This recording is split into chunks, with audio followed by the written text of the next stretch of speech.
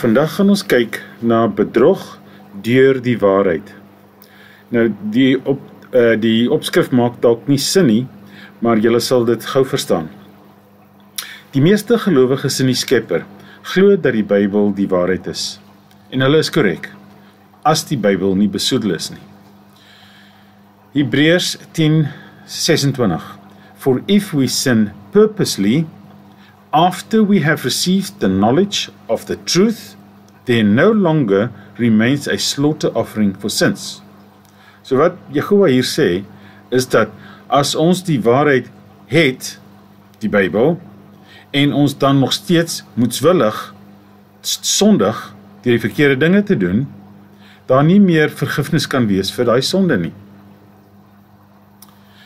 Hierdie waarheid is die Torah van Moses. Hebreërs 2 verse aan, Hebreërs 10:28.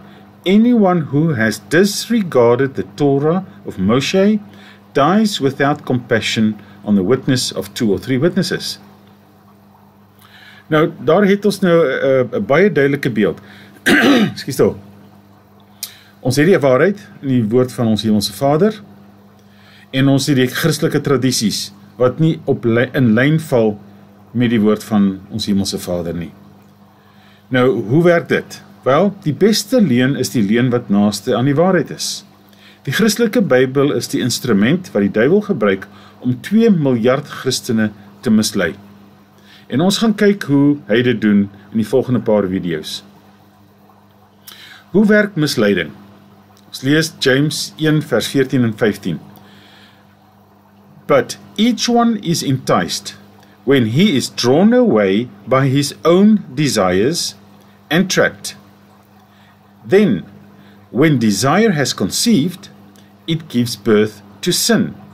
And sin, when it has been accomplished, brings forth death. So, wat dit beteken is dat, sou ons weet wat die waarheid is, en ons maak 'n keuse om nie die waarheid te volg nie, dan volg ons eie begeerte, your own desire. Dit is wat jou mislei. Ons word verlei deur ons vlees.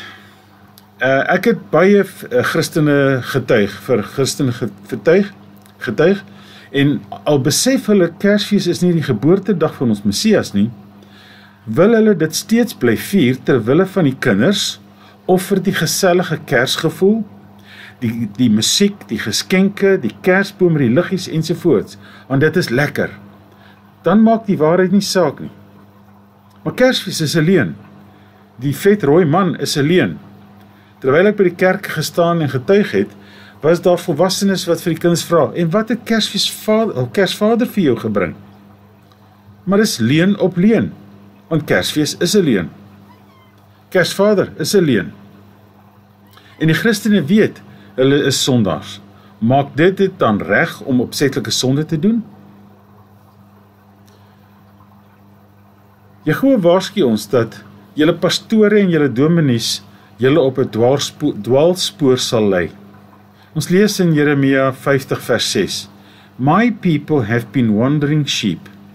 Their shepherds have led them astray, turning them away on mountains. They have gone from mountain to hill. They have forgotten their resting place. Wat is hulle resting place? Dis die Sabbatdag. Hulle sal die leuns van die kerk en die heidense tradisies volg en julle op 'n dwaalspoor lei. Let asseblief op in die volgende gedeelte wat ons gaan lees, Jehovah se stemtoon, wat na die verlore mense uitroep, wat mislei is deur leuns van die heidendom, wat die kerk volg. Isaiah 65 vers 1 tot 4. I have let myself be inquired of, not by those who asked. I was found, not by those who sought me. I said, here I am, to a nation not calling on my name. Die Christen roep nie na sy naam nie. Vers 2. I've held out my hands all day long to a stubborn people, who walk in a way that is not good, after their own thoughts. The people who provoke me continually to my face, who slaughter in gardens and burn incense in slaughter places of brick, who sit among the burial sites, spend the night in secret places, who eat flesh of pigs, and the broth of unclean meat is in their pots.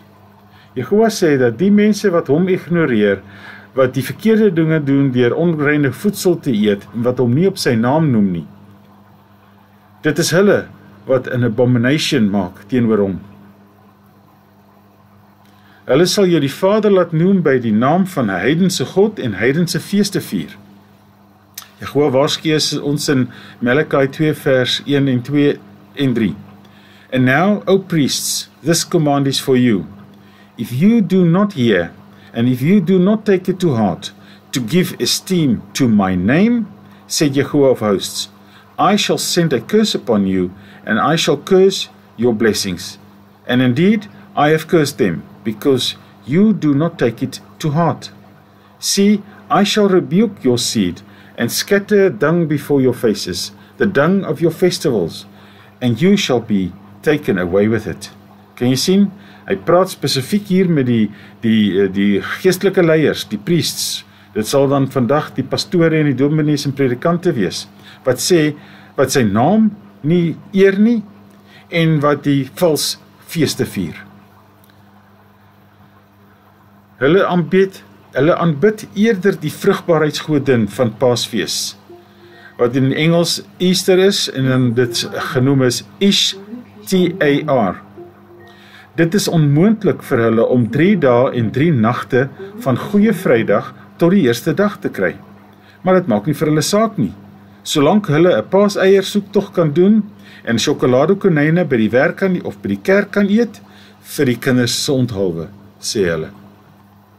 Hulle mis die skakel tussen Paasfees en Kersfees. Hulle weet nie wat die skakel is nie.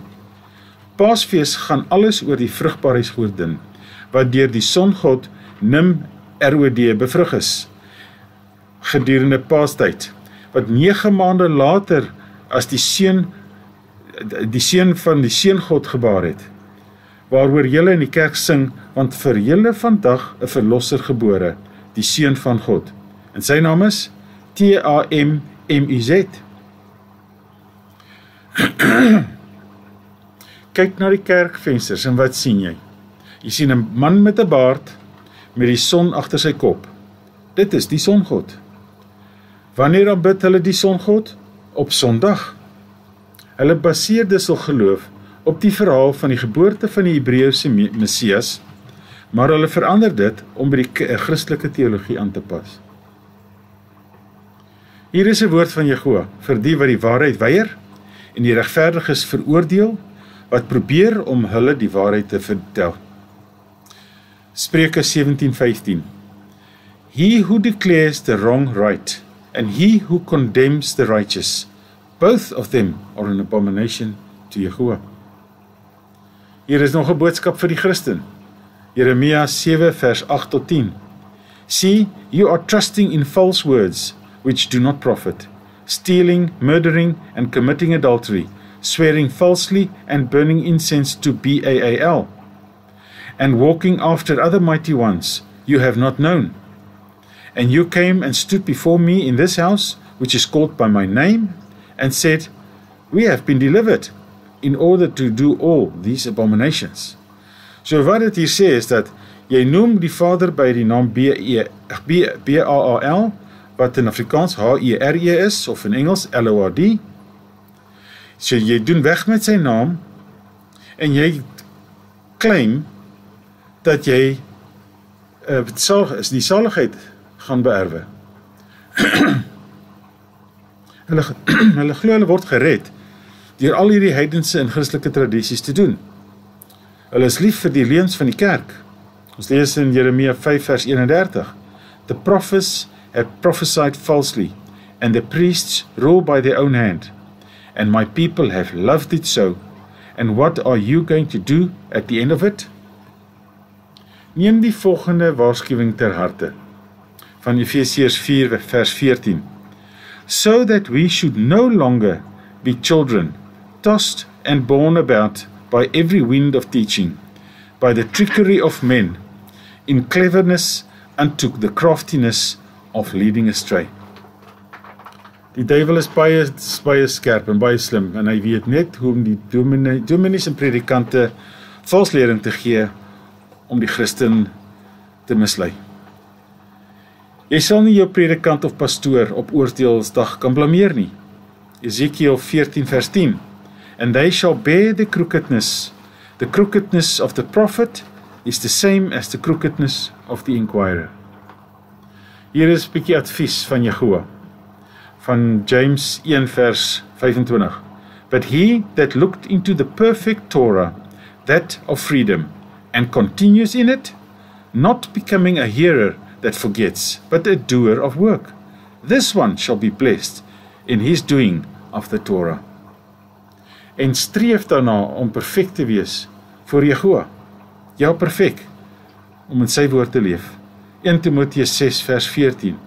That you guard the command spotlessly, blamelessly, until the appearing of your master Yahushua Messiah. Dan is jou verhouding met Jehovah herstel. Halleluja, Jehovah.